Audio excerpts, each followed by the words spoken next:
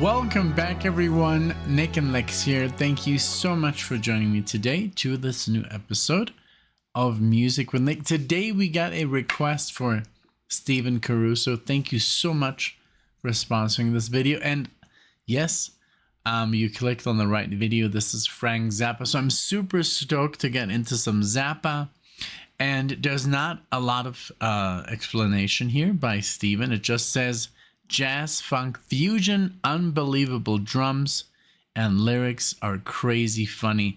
That's pretty much it. So I'm going to give you, for the people that don't know about this song, I looked up a couple of stuff, a couple of like trivia things.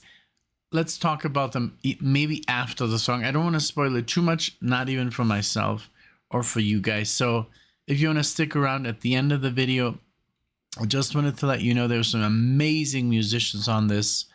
Obviously Frank on the vocals and guitar. We got Tina Turner doing backing vocals. Kin Vassie on backing vocals. Ian Underwood on the alto sax. Bruce Fowler on the trombone. George Duke, oh my lord, on electric piano. Tom Fowler on bass. Ruth Underwood on marimba. She's that amazing marimba player, Ruth, of course, and then Ralph Humphrey on drums. So let's get it going here. This is from 1973. Over-Nite Sensation is the album, and we're gonna check out the track, which I guess is the longest one of the album, Montana. So I've looked up a little bit about the lyrics, and it's all, you know, obviously in a in a humorous, I guess, would you say, way that this was recorded. So let's check out here some Frank Zappa and enjoy. Please, if you like the video, give it a like, subscribe to the channel if you wish, and leave a comment, all that good stuff. All right, so here we go with some Frank Zappa and the Mothers. Here we go, 1973. Let's check it out.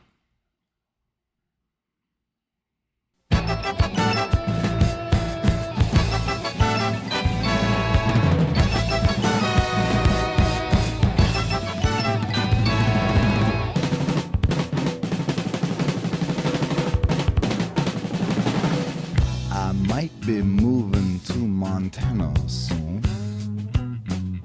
just to raise me up a crop of dental floss. Raising it up, waxing it down in a little white box that I can sell uptown.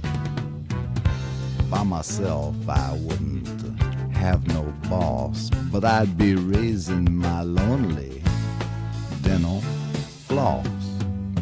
Raising my lonely dental floss.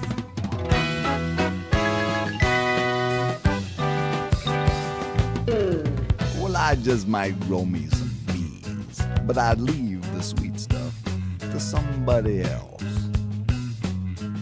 But then, on the other hand, I would keep the wax and melt it down, pluck some floss, and swish it around. I'd have me a crop, and it'd be on top. That's why I'm moving to Montana. Moving to Montana soon. Gonna be a dental floss tycoon. Yes, I am. Moving to Montana soon. Gonna be a mental floss tycoon.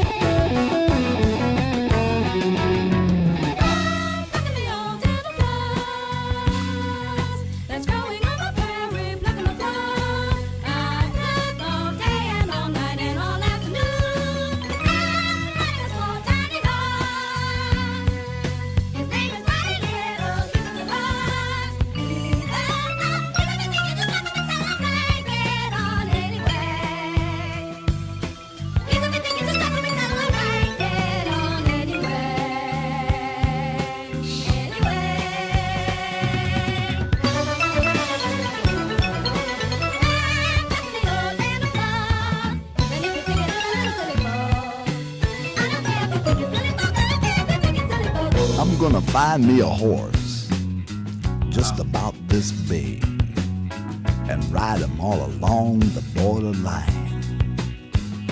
with a pair of heavy-duty zircon-encrusted tweezers in my hand. Every other wrangler would say I was mighty grand. By myself, I wouldn't have no boss, but I'd be raising my lonely dental floss. Raising my lonely dental floss. Raising my lonely dental floss. Well, I might ride along the border with my tweezers gleaming in the moonlighty night. And then I get a cup of coffee and give my foot a push. Just me and the pygmy pony over by the dental floss bush. And then I might just jump back on and ride like a cowboy into the dawn to Montana. Into Montana, sir.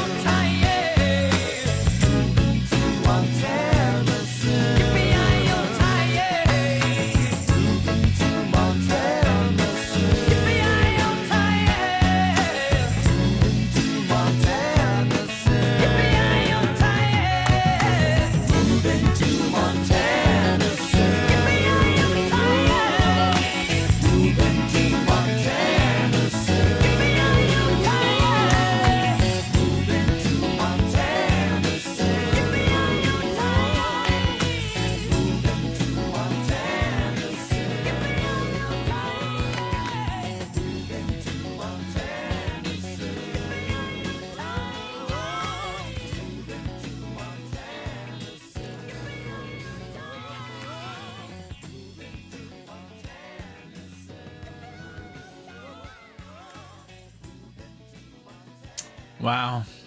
Amazing.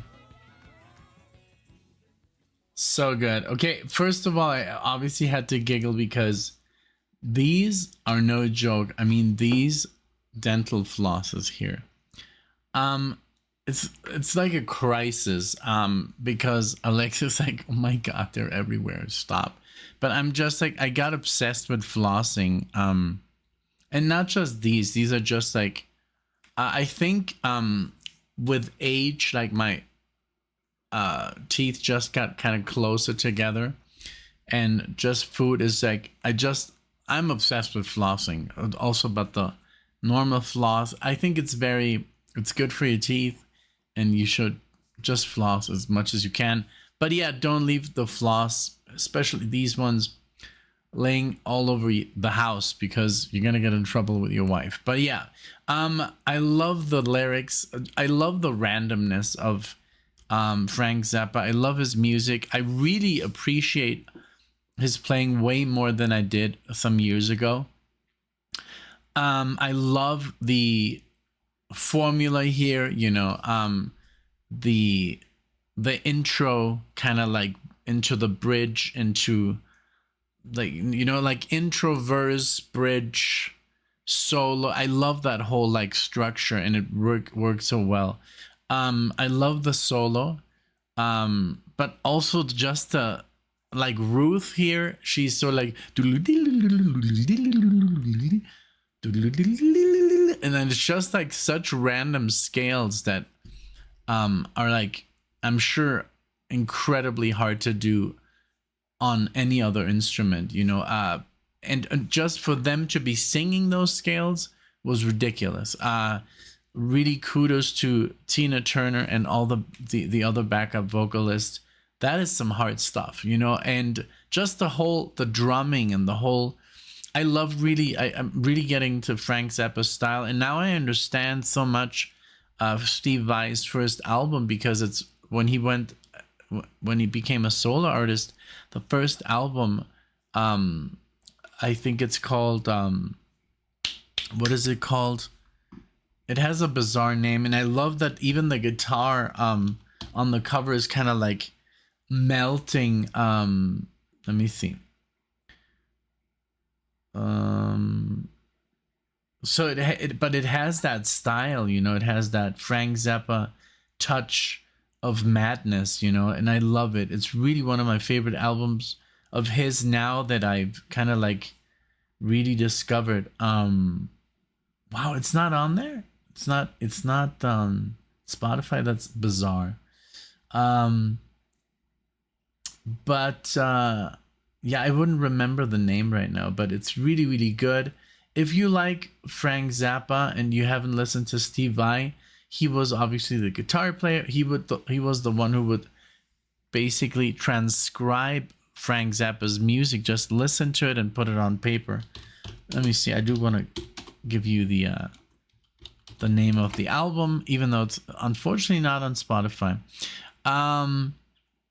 Flexible, and it even says here Steve Vai's first major professional music endeavor was transcribing for and then playing with Frank Zappa in the early 80s. At the age of 18, he began his work with Zappa, eventually joining his band. Vai's first solo album, Flexible, was released in 1984. So obviously there's a lot of influence there. There's a lot of progressive fusion and jazz elements in his playing.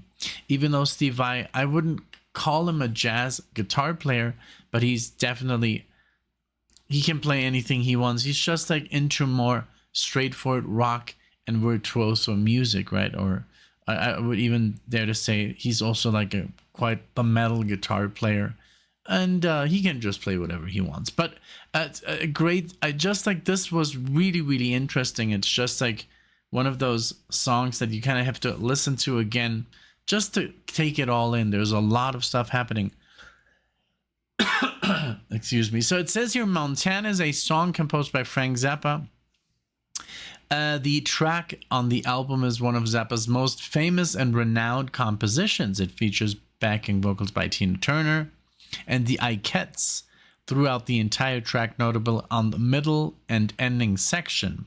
The single version of the track was released on the B-sides of I'm the Slime in 1973. Both songs are different mixes and edits than the album version.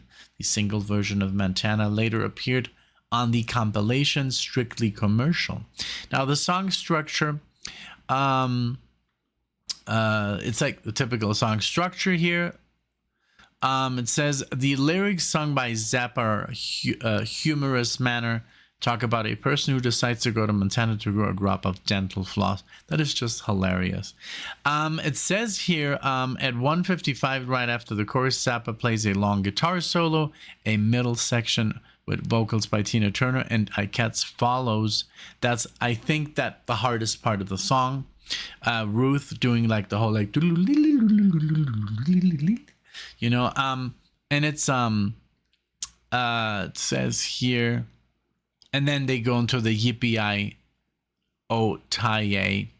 Now here's some trivia that I wanted to talk about. It was so difficult, that one part in the middle of the song Montana, that the three girls rehearsed it for a couple of days, and I'm sure that's the one that I'm talking about. Just that one section, you know, the part that goes, I'm plucking the old dental floss. Right in the middle there, and one of the harmony singers got it first. She came out, sang her part, and the other girl had to follow her track. Tina was so pleased that she was able to sing this, that she went into the next studio where Ike Turner was working and dragged him into the studio to hear the result of her labor. He listened to the tape and he goes, "What is this shit?" and walked out. I know that Ike was a very kind of like troubled man, from what I've read, from what I've even heard from just like people talking about their relationship. He was an abusive man, and I'm just a terrible human being, from what I have heard. And also we saw a movie where he was played by, I think, Lawrence Fishburne. I've never disliked Lawrence Fishburne so much in a movie when he played Ike. What a complete asshole to mistreat his wife like that, and just, you know, what happened throughout their life is just horrible, and I'm so happy that she left him, and made her career and became huge. That was such a beautiful move, and I'm so happy that Tina could, you know, live out that beautiful career that she had. May she rest in peace. But this was awesome. Thank you so much, Steven. This was, again, just another show that Frank Zappa was on the top of his game. I love his work. I love his son's work as well.